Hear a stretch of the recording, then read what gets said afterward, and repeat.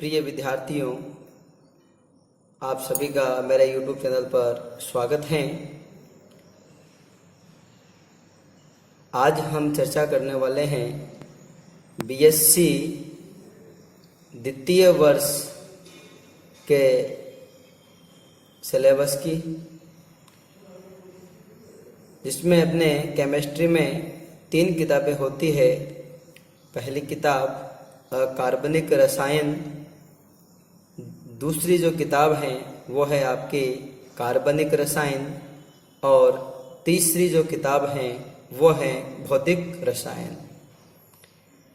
यहाँ हम आज चर्चा करने वाले हैं अकार्बनिक रसायन की पहली यूनिट, जिसका नाम है प्रथम संक्रमण श्रेणी के तत्व, या chemistry of the first transition series, प्रथम संक्रमण श्रेणी के तत्वों का रसायन। अब ये बताने की आवश्यकता नहीं है कि प्रथम संक्रमण श्रेणी कौन सी है, द्वितीय कौन सी है, तृतीय कौन सी है, क्योंकि मैं ये पिछले वीडियो लेक्चर में आपको बता चुका हूँ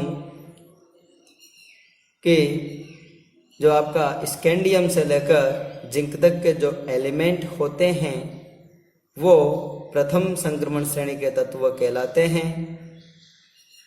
नेक्स्ट, जो आपके एट्रियम से लेकर कैडमियम तक के तत्व जो होते हैं वो आपके द्वितीय संक्रमण श्रेणी के तत्व कहलाते हैं, और लैंथेनम से लेकर आपके मरकरी तक के जो तत्व होते हैं वो आपके तृतीय संक्रमण श्रेणी के तत्व कहलाते हैं।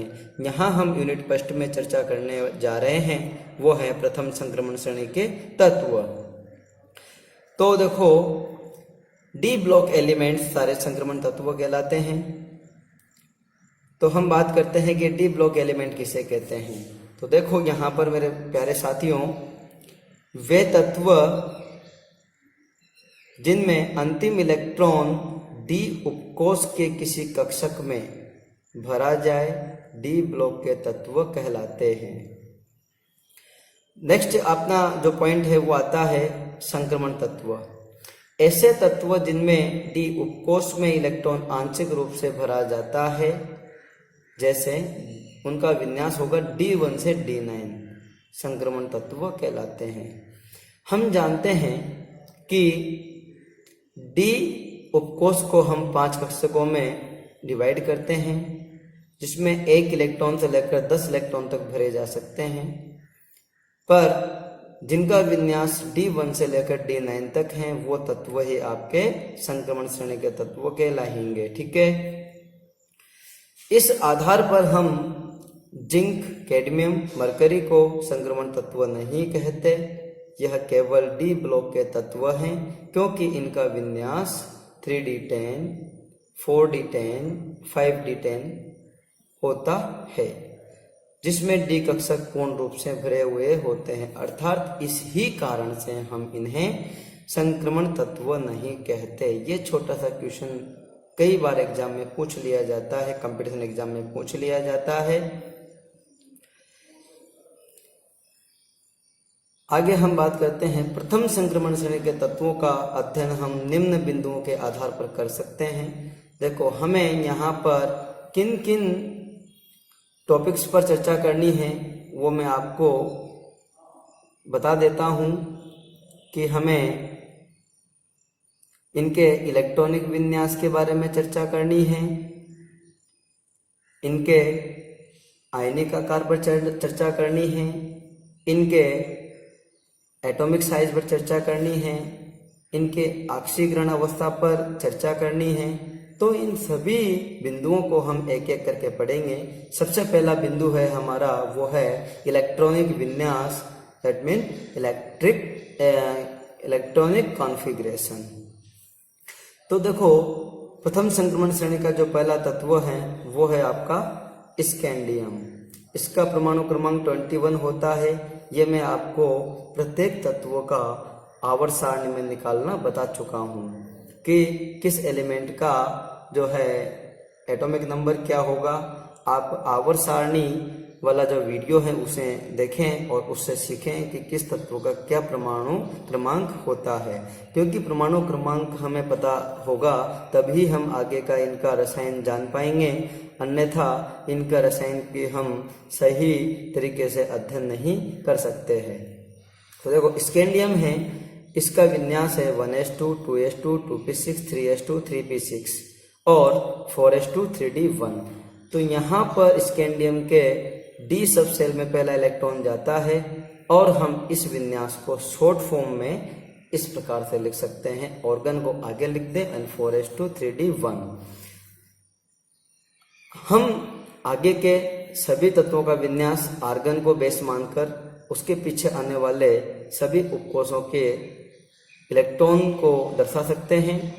चाहे तो हम ये भी पूरा लिख सकते हैं, और ये सब लिखने के लिए हमें आपके हुंड पाउली के बहुल्यता का नियम n+l का नियम वो हमें ज्ञात होना चाहिए, चयन नियम, कि पहले इलेक्ट्रॉन किस उपकोष में भरा जाएगा और क्यों भरा जाएगा। इसमें फिर हम बात करते हैं, चलो हमने यहाँ कह दिया कि 3d1 में एक इलेक्ट्रॉन गया तो d1 से लेकर d10 तक कंटिन्यू इलेक्ट्रॉन जाना चाहिए। देखिए हम आगे बात करते हैं जनरल जो आपका मेथड है उसके अकॉर्डिंग। टाइटेनियम का एटॉमिक नंबर 22 होता है, इसमें देखो 4s2, 3d2, आपका इसमें दूसरा इलेक्ट्रॉन d के कक्षक में भरा जाता है। इसी प्रकार आपका वेनेडियम का भी इसमें भरा जाता है। और क्रोमियम पर आकर हमें ध्यान देना होता है कि यहाँ पर 4s1, 3d5 इलेक्ट्रॉनिक कॉन्फ़िगरेशन होता है, जो अर्धपूरित कक्षकों की उपस्थिति के कारण इसका विन्यास स्थायी होता है। तो हम कह रहे थे अभी अभी कि हमें इनके कक्षकों के स्थायित्व का भी ज्ञान होगा, तभी हम सही तरीके से इनको बता पाएंगे। अब यहाँ पर 3d4 होना चाहिए था लेकिन 5 होता है। इसी प्रकार देखो आप कॉपर में भी यहाँ 3d9, 4s2, 3d9 होना चाहिए था, लेकिन यहाँ पर भी 3d10 होता है। कारण यहाँ पर देखो आप इस 4s में भी एक इलेक्ट्रॉन है तो ये अर्धपूरित हैं, और 3d10 में भी आपका जो है डी उपकोष पूर्णतः भरा हुआ है तो ये भी पूर्ण पूरित है। तो इन दोनों कक्षकों का स्थायित्व अधिक है तुलनात्मक 4s2, 3d9 की तुलना में। इस कारण इसका विन्यास कॉपर का भी 4s1, 3d10 होता है। और अंतिम जो इलेक्ट्रॉन है वो आपका जिंक का, वो 4s में जाता है। तो यहाँ का जिंक का जो कॉन्फ़िगरेशन होता है वो आर्गन 4s2, 3d10 होता है।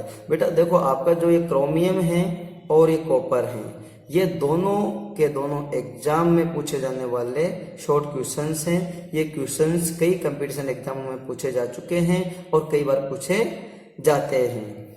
देखो उपर्युक्त विन्यास से स्पष्ट है कि पहले हम इलेक्ट्रॉन 4s उपकोष में भरते हैं या इस 4s उपकोष में जाता है और उसके पश्चात 3d में प्रवेश करता है, क्योंकि 4s के लिए n+l का मान कम होता है, अतः इलेक्ट्रॉन 4s उपकोष में भरा जाता है। तो हमें इनके चयन के नियम भी याद होना बेहद आवश्यक है। अब आगे हम अगले टॉपिक के लिए चर्चा करते हैं। देखो मैंने यहाँ पर एक शॉर्ट तरीके से लिखा हुआ है, ये इनके स्थायित्व का क्रम है। सबसे ज़्यादा स्थायी होते हैं पूर्ण पूरित कक्षक, फिर अर्धपूरित कक्षक, फिर सबसे कम स्थायी होते हैं अपूर्ण पूरित कक्षक। ये स्थायित्व का क्रम है। अच्छा, इसके बाद हम चर्चा करते हैं बेटा, देखो आगे, यदि क्रोमियम के विन्यास पर हम विचार करें तो इसका विन्यास 4s1, 3d5 होता है, जो कि डी कक्षकों के अर्धपूरित स्थायित्व के कारण होता है, जबकि कॉपर का विन्यास 4s1, 3d10 होता है, जो भी डी कक्षकों के पूर्ण पूरित अतिरिक्त स्थायित्व के कारण होता है। ये क्वेश्चन कई बार पूछा जाता है, आप इसे अंडरलाइन कर लें और अपने नोट्स में से मेंशन कर लें। देखो अब आपका सेकंड पॉइंट आता है, वो है परमाणुवीय तथा आयनिक आकार। जैसा कि हम फर्स्ट ईयर की जो पीरियोडिसिटी है, उनकी प्रॉपर्टीज है, उसमें चर्चा कर चुके हैं। कि हम एक आवर्त में बाएं से दाएं जाते हैं तो परमाणुीय आकार में कमी होती है, और यदि हम आवर्त सारणी के किसी वर्ग में ऊपर से नीचे की ओर जाते हैं तो आकार में वृद्धि होती है। लेकिन वो वृद्धि क्यों होती है, किस कारण से होती है, वो हम सब पिछले वीडियो में डिस्कस कर चुके हैं। देखो, यहाँ परमाणुीय और माइनिक आकार की बात करते हैं। यदि हम आवर्त सारणी में बाएं से दाएं जाएं तो स्कैंडियम से जिंक तक, कोष्टक में आप इसे कर सकते हो, स्कैंडियम से जिंक तक जाएं तो परमाणुीय आकार में अनियमित परिवर्तन होता है। प्रारंभ के तत्वों का परमाणुीय आकार घटता है, मध्य के तत्वों का परमाणुीय आकार लगभग स्थिर रहता है, जबकि अंत के तत्वों का आकार थोड़ा सा अधिक होता है। इसके बारे में हम चर्चा करेंगे आगे। तो देखो, डी ब्लॉक के तत्वों का परमाणुीय आकार दो कारकों पर निर्भर करता है। दो कारक कौन कौन से वो दो फैक्टर है जिनके आधार पर इनका आकार घटता है, बढ़ता है या मध्यवर्ती रहता है या स्थिर रहता है। तो पहला पॉइंट है आपका प्रभावी नाभिकीय आवेश, इफेक्टिव एटॉमिक चार्ज, प्रभावी नाभिकीय आवेश। दूसरा है शील्डिंग इफेक्ट या परिरक्षण प्रभाव।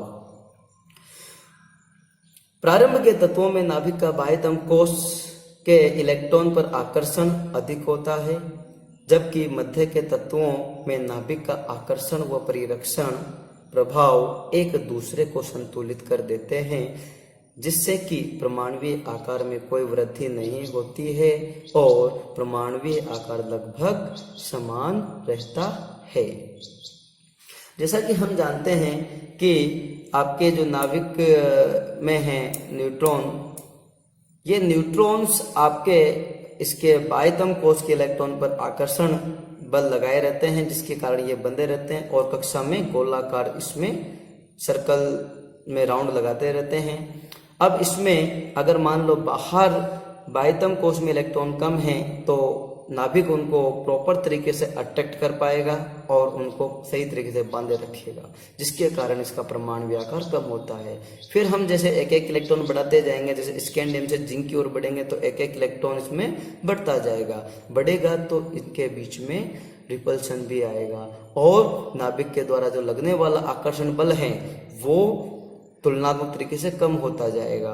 और हम देखते हैं जैसे कि देखो, जबकि अंत के तत्वों में परिरक्षण प्रभाव नाभिकीय आकर्षण से अधिक हो जाता है, जिसके परिणाम स्वरूप परमाणुीय आकार में थोड़ी सी वृद्धि प्रेषित होती है। तो हम ये सिद्ध कर सकते हैं इस चीज से कि नाभिकीय आवेश और परिरक्षण प्रभाव दोनों एक दूसरे के विपरीत हैं। अगर प्रभावी नाभिकीय आवेश अधिक होगा तो परमाणुीय आकार कम होगा, और यदि परिरक्षण प्रभाव अधिक हो जाता है नाभिकीय आवेश से तो आपका जो है परमाणुीय साइज बढ़ जाएगा। अब इसके बाद अगला जो आपका इसमें पॉइंट आता है वो है आक्सीकरण अवस्था।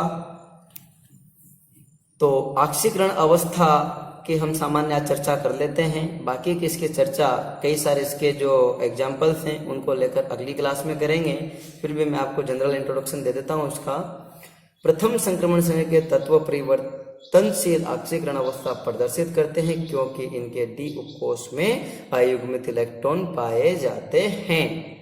तो आज की क्लास के लिए इतना ही, धन्यवाद। आप मेरे चैनल को जरूर सब्सक्राइब करके बेल आइकन पर बटन जरूर दबाइए, जिससे आने वाले सभी वीडियो के बारे में आपको जानकारी मिलती रहे। टॉपिक वाइज हम पूरे सिलेबस कंटिन्यूअस अब जारी रखेंगे और आप सारे नोट्स अपने फेयर नोटबुक में कंप्लीट करते चले साथ के साथ में।